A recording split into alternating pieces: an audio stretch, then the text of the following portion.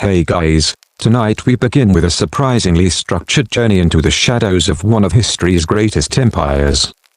When people think of Rome, they picture shining marble temples, powerful generals, and proud senators wrapped in snowy white togas. But beneath that polished surface lay a world of secrets, scandals, and struggles that shaped the empire just as much as its victories and monuments. Tonight, we pull back the curtain on the darker side of ancient Rome. Imagine walking through the streets of Rome at night. By day, the city bustled with merchants, senators, and citizens going about their business. But once the sun set, the atmosphere changed. Darkness brought danger. Thieves lurked in alleyways, gangs of slaves roamed, and drunken brawls spilled out of taverns. Rome was grand, yes, but it was also chaotic, a city where luxury and corruption lived side by side. One of the darkest elements of Roman society was its obsession with power, and the lengths people would go to hold on to it. Betrayal wasn't rare, it was expected. Even within families, blood could be spilled for a throne or a title. Consider the story of Emperor Caligula, remembered not for wisdom but for cruelty. He once declared himself a living god, demanded worship, and ordered executions for the smallest offenses. Some whispered he appointed his horse to the Senate, though historians debate this tale. True or not, it shows how Romans remembered him, as a ruler consumed by arrogance and madness. And Caligula was not alone. Power in Rome was intoxicating, and many emperors fell victim to its darker side. Nero, infamous for his excess, was said to have played music as Rome burned during the Great Fire of 64 AD. Though modern historians question the story, his reputation for cruelty and extravagance is undisputed. He built a golden palace while ordinary citizens struggled to rebuild their lives. For many Romans, this was proof that their rulers lived in a world far removed from their own suffering. But the darkness of Rome wasn't confined to emperors. Ordinary life could be brutal. For the poor, survival was a daily struggle. They crowded into insulely, tall apartment blocks made of wood and brick. These buildings were poorly built and often collapsed or burned. Fires were a constant threat, and when they spread, families could lose everything in minutes. The streets were noisy, dirty, and dangerous. Pickpockets and swindlers thrived in the chaos. And then there was slavery. At the heart of Rome's greatness was a system built on human suffering. Millions of slaves worked the fields, built the aqueducts, served in households, and entertained in the arenas. Their lives were not their own. Some were treated kindly, yes, but many endured cruelty, hard labor, and despair. Gladiators, often slaves or prisoners of war, fought to the death for the amusement of the crowd. Imagine the roar of 50,000 people in the Colosseum, cheering as men battled beasts, or each other, until one lay lifeless on the sand. Scandals also flourished in Rome's political world. Senators plotted in shadows, bribery was rampant, and loyalty was easily bought. Even the most respected names in Roman history were not untouched by conspiracy. Julius Caesar himself rose to power amid whispers of ambition and betrayal, and his end came with daggers drawn by men he once called friends. Et tu, Brute, whether he spoke the words or not, captured the reality of Roman politics. Trust was dangerous, and betrayal was always near. Religion, too, had its darker moments. Romans believed in omens, rituals, and sacrifices to please their gods. But these practices could be twisted for political gain. Emperors often claimed divine approval for their rule, while opponents were accused of impiety. Persecutions of early Christians revealed another side of Roman cruelty, as men, women, and children were thrown to lions or burned as torches in Nero's gardens. Even Rome's celebrated entertainments carried a shadow. Chariot races thrilled the masses, but behind the spectacle were dangerous crashes, bribery, and fierce rivalries that sometimes ended in violence outside the arena. The cheers of the Circus Maximus masked the blood and corruption beneath. Yet for all these shadows, the people of Rome lived on, navigating ambition, danger, and hardship with resilience. The dark side of Rome wasn't a separate world, it was woven into daily life. For every glittering temple, there was a crumbling alley. For every noble speech in the Senate, there was a whispered plot in the shadows. This was Rome, not only the empire of glory, but also of greed, cruelty, and betrayal. And in understanding its darkness, we come closer to seeing Rome as it truly was, a place of human triumphs and human flaws. As we continue, we'll dive deeper into the scandals of emperors, the secrets of Roman society, and the hidden lives of those who lived in the shadows of the empire's greatness.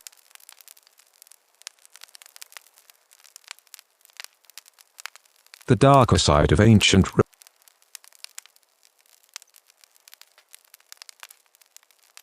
The darker side of ancient Rome is revealed not only in its public spectacles but also in the treachery, corruption, and personal scandals that shaped the empire. Politics in Rome was never stable. Assassination, betrayal, and plots ran through the veins of the Republic and the Empire alike. Power was intoxicating, but it was also deadly. Take the story of Julius Caesar's assassination. His fall beneath the daggers of senators in 44 BC is legendary, but what followed was even bloodier. Rome descended into civil wars, where generals clashed and the city turned against itself. Brothers fought against brothers, and old allies became enemies overnight. The rise of Octavian, who later became Augustus, came not through peaceful leadership but through ruthless victories in war. Rome was built on ambition, and ambition always left a trail of blood. That cycle of violence repeated itself with the emperors who followed. Domitian, for example, presented himself as a stern moral guardian of Rome, but in reality, he ruled through fear. He demanded to be addressed as Lord and God, silenced those who spoke against him, and surrounded himself with spies. Senators feared to speak their minds, poets were punished for satire, and suspicion clouded the empire. Yet in the end, even Domitian's closest servants betrayed him, proving that fear can never secure loyalty forever. Other emperors chose excess over tyranny. Commodus stands as one of the most shocking examples. Obsessed with gladiatorial combat, he styled himself as a new Hercules and fought in the arena like a common fighter. For the Roman elite, it was scandalous, an emperor lowering himself to the blood and sand of the Colosseum. His vanity extended even further when he renamed Rome after himself, calling it the colony of Commodus. He drained the treasury for his pleasures, and his erratic behavior eventually drove conspirators to murder him. His death marked another grim reminder that in Rome, absolute power often ended in absolute downfall. But the corruption of Rome wasn't limited to the palace walls. Among its citizens, wealth and indulgence created a society of extremes. The rich lived in luxury, hosting feasts where exotic foods shocked the imagination. Peacock, flamingo tongues, and honey-roasted dormice were served on golden plates, while fountains of wine overflowed in lavish dining halls. Yet outside those banquets, the poor often starved, crammed into overcrowded apartments with little more than bread and olives to survive. Rome was a city of abundance and hunger, decadence and desperation. The appetite for poison added another layer of darkness. In a city where rivals could be eliminated quietly, skilled poisoners became valuable allies. Locusta, a woman infamous for her deadly expertise, served emperors like Nero by preparing lethal concoctions for his enemies. Britannicus, the young stepbrother of Nero, was said to have died from one of her creations during a banquet. In such a world, even the act of sharing wine at a table could carry the shadow of betrayal. Superstition also flourished in secret corners of Rome. Officially, Romans worshipped the great gods, Jupiter, Mars, Venus, but ordinary citizens often feared curses and spells just as much as divine judgment. Amulets were worn against the evil eye, and some whispered prayers not to the gods but to magicians who promised revenge. Archaeologists have uncovered curse tablets, thin sheets of lead scratched with pleas for sickness, failure, or even death to strike an enemy. Buried in graves or thrown into wells, these curses show that behind the grandeur of temples, Rome was a city haunted by unseen fears. Crime was another shadow that lingered in the streets. Rome lacked the kind of police force we know today. Night watchmen and guards existed, but they could not control the sprawling chaos of the world's largest city. Gangs roamed poor districts, theft was rampant, and fires broke out often, sometimes by accident, sometimes by design. In the dark alleys of Rome, ordinary people lived with danger as a constant companion. Even within noble families, ambition bred scandal. Women of power, such as Livia, wife of Augustus, or Agrippina the Younger, mother of Nero, were said to have used poison in plots to shape the empire's future. While male historians may have exaggerated their ruthlessness, these stories reflect how Romans themselves viewed politics, a game where survival often depended on eliminating rivals, no matter the cost. Rome's cruelty was also directed at those who dared to defy its traditions. Minorities such as Jews and early Christians often suffered suspicion and persecution. When disasters struck, they became convenient scapegoats. Nero's reign offers the most infamous example, when Christians were blamed for the Great Fire of Rome. They were burned, crucified, or thrown to wild animals in arenas. For an empire that boasted of law and justice, this treatment revealed its darker hypocrisy. At the heart of Rome's shadow, however, was its hunger for blood in the name of entertainment. The Colosseum, a wonder of architecture, also stood as a monument to human cruelty. Gladiators fought for their lives before roaring crowds. Exotic animals were imported from across the empire, lions, elephants, bears, only to be slaughtered for spectacle. Criminals were executed publicly, sometimes in elaborate reenactments of myths, where the role of the doomed character was played by a real man sentenced to die. The people cheered, not with horror, but with excitement, as violence became a form of theatre. What makes Rome so compelling to history is this duality. It was an empire of genius and invention, law and order, art and architecture, but behind every shining marble statue was a shadow. Power brought corruption. Wealth bred excess. Fear inspired betrayal. Violence became entertainment. And yet, despite all this, Rome endured for centuries, its legacy shaping the world long after its empire crumbled. The story of ancient Rome is not just one of triumphs and victories. It is also the story of ambition gone too far, of leaders who placed vanity above duty, of ordinary people surviving in a city where danger was always near. To understand Rome fully, one must look not only at its monuments and victories, but also at the darkness that sustained its power.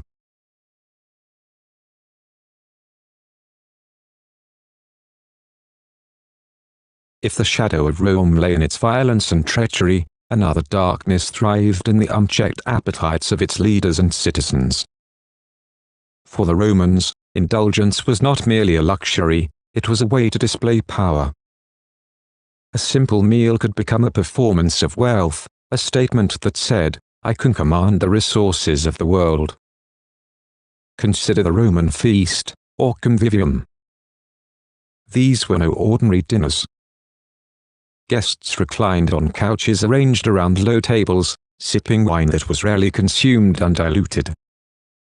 Slaves moved silently across the room, refilling cups and bringing in dish after dish. Exotic delicacies flowed in endless succession.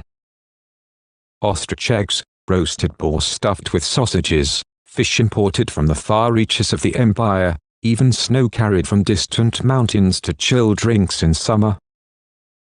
One poet quipped that Rome had a stomach larger than its empire, and in many ways, this was true.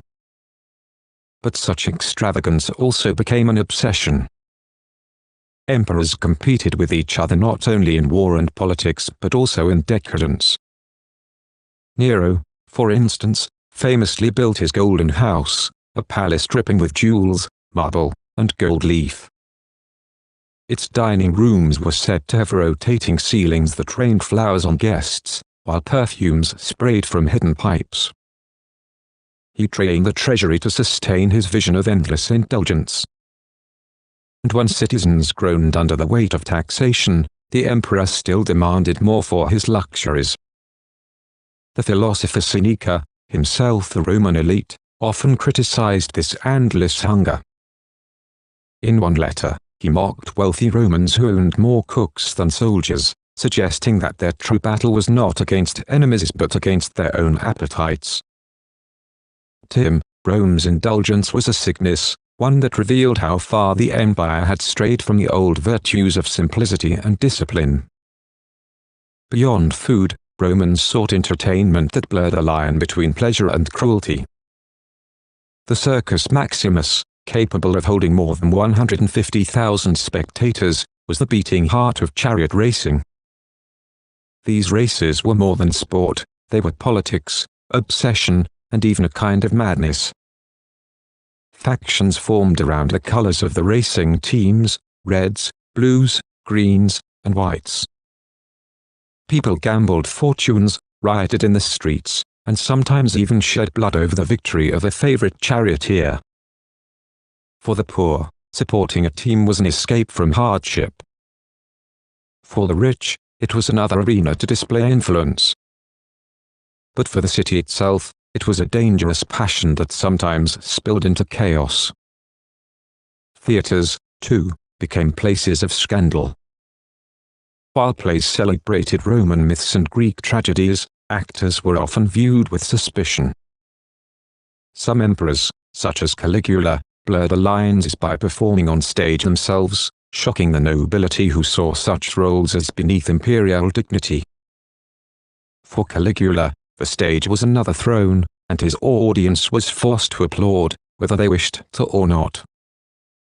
Then there were the baths, Rome's most peculiar blend of cleanliness, leisure, and excess. On the surface, public baths were practical, places to wash after a day in the dusty city. But they became far more than that. They were social centers, where politics was whispered, business deals struck, and gossip spread like wildfire. Some baths were so elaborate they contained libraries, gardens, fountains, and even lecture halls. For a small fee, almost anyone could enter, making them one of the few places where senators and commoners might cross paths. Yet behind the marble halls and hot pools, the baths also earned reputations for scandal, indulgence, and immorality. As Rome grew, so too did its fascination with the bizarre. Emperors demanded spectacles that pushed the limits of imagination. One particularly extravagant display was said to involve an entire naval battle staged in a flooded arena. Thousands of combatants fought among mock ships while crowds roared in delight. These events cost enormous sums and countless lives, yet they were justified as symbols of Rome's greatness. In truth, they revealed an empire so enamored with power that human life itself became a disposable resource. Even funerals could turn into spectacles. Wealthy citizens commissioned elaborate processions, complete with actors impersonating the deceased's ancestors, musicians, and lavish displays of wealth. Death itself became an opportunity to showcase status. Ordinary Romans, by contrast, often faced burial in crowded communal graves outside the city walls. The contrast between rich and poor was visible even in how they departed from life.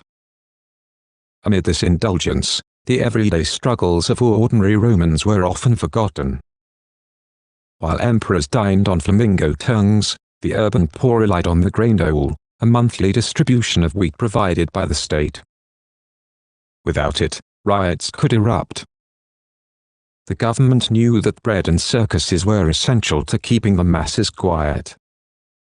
If citizens were fed and entertained, they were less likely to revolt. This cynical policy revealed how deeply Rome relied on distraction to maintain control. In the provinces, too, Rome's hunger was felt. Conquered lands were stripped of resources to supply the capital's endless demands. Grain from Egypt, oil from Spain, marble from Greece, slaves from every corner of the empire, all flowed into Rome, feeding its appetites. For those who lived under Roman rule, this often meant heavy taxation and exploitation. Yet, paradoxically, they were also drawn into the Roman system, adopting its customs, language, and luxuries. The empire's excess became both its strength and its burden. And while the empire outwardly thrived, whispers of unease spread. Some Romans saw decadence as a warning sign, evidence that the empire was rotting from within. Moralists wrote bitterly about how Rome's simplicity had been lost, how the values of the Republic had been replaced by greed and indulgence. They asked, could an empire built on excess truly endure? The answer, history would show, was no. For all its grandeur, Rome's indulgences planted seeds of weakness. Wealth created corruption. Power created paranoia. And the endless hunger for spectacle distracted Rome from the cracks forming beneath its surface. Yet in these shadows, we glimpse the full humanity of the Romans. They were not so different from us, drawn to food, entertainment, and luxury, even when it came at great cost. Rome's greatness lay not only in its monuments and armies but also in its contradictions, a civilization both magnificent and flawed, disciplined and indulgent, heroic and cruel. If Rome's appetites were boundless, its thirst for power was even greater. The empire was not content to remain within the walls of its great city. It reached outward, swallowing lands, peoples, and cultures with a determination that seemed unstoppable. Each conquest brought new riches, new slaves, and new enemies to subdue. But expansion came with costs that were often hidden beneath Rome's golden facade. Roman legions marched with precision, feared across the known world. Soldiers built roads that cut across mountains, rivers, and deserts, binding the empire together. These roads were not only practical but symbolic, reminders that Roman authority stretched as far as the horizon. Yet for the men who fought, glory came at a steep price. They lived harsh lives, marching for days on end, sleeping under the open sky, and facing death in foreign lands. Veterans, once discharged, were promised land and honor, but many returned to poverty, their sacrifices quietly forgotten. The conquered peoples fared no better. To be absorbed into Rome's empire was both a curse and a strange kind of blessing. On one hand, Rome brought aqueducts, laws, and protection from other invaders. On the other, it stripped provinces of their wealth and often crushed rebellions with merciless force. For every city that prospered under Roman rule, another was burned to ashes as a warning. Take Carthage, for example. Once a proud rival, it was destroyed so completely that Romans claimed they sowed salt into its soil to ensure nothing would grow again. This story, whether entirely true or not, symbolized Rome's determination. Enemies were not merely defeated, they were erased. But even within this expansion, cracks began to appear. Rome's armies were stretched thin, defending vast frontiers that seemed impossible to hold forever. The Rhine, the Danube, the deserts of the East, all became borders where blood was spilled to maintain the illusion of eternal control. Meanwhile, in the city itself, politics became a dangerous game. Senators plotted against emperors, and emperors plotted against their own families. Poisoning, betrayal, and assassinations were as common in palaces as battles were on distant frontiers. The famous phrase "et tu, brute," spoken at the assassination of Julius Caesar, symbolized not only one man's fall but the larger truth that Rome's greatest threats often came from within. Julius Caesar himself had risen on the promise of reform but met his end beneath the daggers of men he once called allies. His death sparked civil wars that revealed the fragility of Rome's system. Out of this chaos emerged Augustus, Rome's first emperor, who cloaked his rule in the language of the Republic while quietly holding absolute power. To many, Augustus brought peace, but to others, he marked the beginning of Rome's slow decline into tyranny. The emperors who followed varied wildly. Some, like Trajan and Marcus Aurelius, expanded and strengthened the empire, bringing a sense of dignity to their reigns. Others, such as Caligula and Commodus, are remembered for madness, cruelty, and corruption. Rome's fate often depended on the temperament of a single man, and that was a dangerous gamble for a civilization so vast. Beyond the palace intrigues, ordinary Romans bore the weight of empire. Taxes grew heavier, wars grew longer, and unrest simmered among the poor. Bread and circuses kept many distracted, but even these could not hide a growing inequality. While the elite dined in marble halls, most citizens crowded into cramped insulae, towering apartment blocks prone to collapse and fire. At night, the streets were dangerous, patrolled by watchmen but often ruled by gangs. Life for the average Roman was not the shining glory depicted in statues but a constant struggle for survival. And yet, despite the hardship, Roman culture flourished. Poets like Virgil and Ovid, historians like Tacitus, and philosophers like Seneca left behind works that still shape thought today. Architecture, too, became Rome's great statement to the world. The Colosseum, aqueducts, and triumphal arches were not only functional but eternal symbols of power. In building with stone and concrete, Rome sought to make its glory last forever. Religion, too, evolved in strange and surprising ways. What began as a pantheon of Roman gods blended with Greek, Egyptian, and other deities from conquered lands. Temples to Jupiter stood beside shrines to Isis, and mystery cults promised eternal life to those who sought them out. By the 1st centuries AD, whispers of a new faith, Christianity, began to spread quietly through the empire. At first dismissed and persecuted, it would eventually rise to become Rome's greatest transformation, reshaping the empire from within. This diversity of beliefs revealed both Rome's strength and its vulnerability. The empire could absorb many cultures, but it could not silence every dissenting voice forever. In time, ideas proved more enduring than legions. Rome's leaders often sensed this fragility. That is why so much energy was poured into propaganda.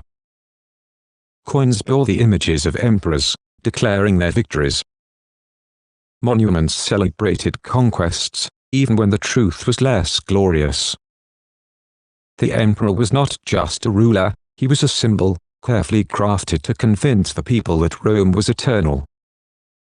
But beneath the marble and gold, uncertainty lingered.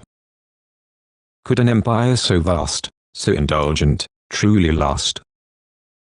As centuries passed, that question grew harder to ignore. The empire split between East and West. Barbarian tribes pressed harder against the borders. The economy weakened, weighed down by corruption and endless wars. In the West, Rome itself became a shadow of its former glory. Once the mistress of the world, it now struggled to defend its own gates. Still, even in decline, Rome's presence was undeniable. Roads, laws, language, and culture bound together lands as far apart as Britain and Egypt. The Romans had built something so immense that even as it faltered, its influence endured. And so the paradox of Rome deepened. It was at once eternal and fragile, glorious and corrupt, disciplined and indulgent. Its people dreamed of immortality even as their empire trembled at its foundations.